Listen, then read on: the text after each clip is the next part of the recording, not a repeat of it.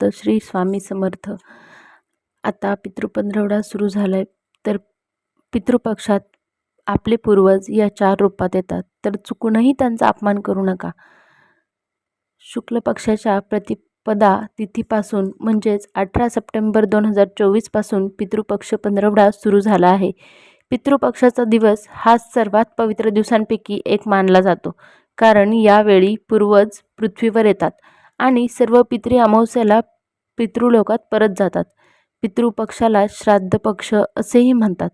यंदाच्या वर्षी श्राद्ध पक्ष हे 2 ऑक्टोबर 2024 रोजी संपणार आहे.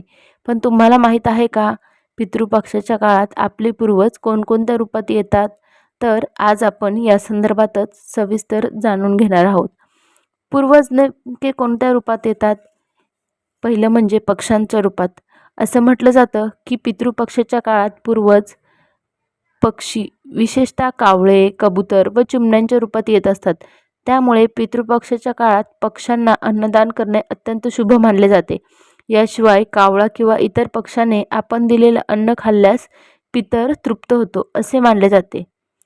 मानवी स्वरूपात देखील पूर्वज येतात. पितृपक्ष काळात अनेक वेळा पूर्वज हे संत किंवा भिक्षुकांच्या रूपाने देखील येतात.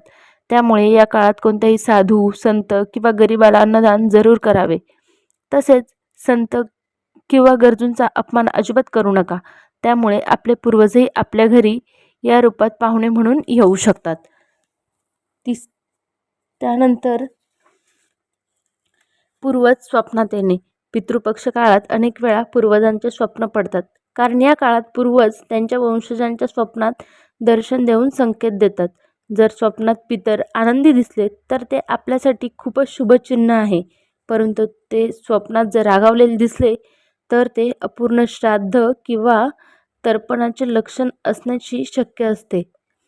त्याचप्रमाणे आपण आतापर्यंत पाहिलं, पक्ष्यांच्या रूपात पूर्वज येतात, मानवी स्वरूपात येतात, पूर्वज स्वप्नात देखील येतात, तसेच पूर्वज प्राण्यांच्या रूपात देखील येतात.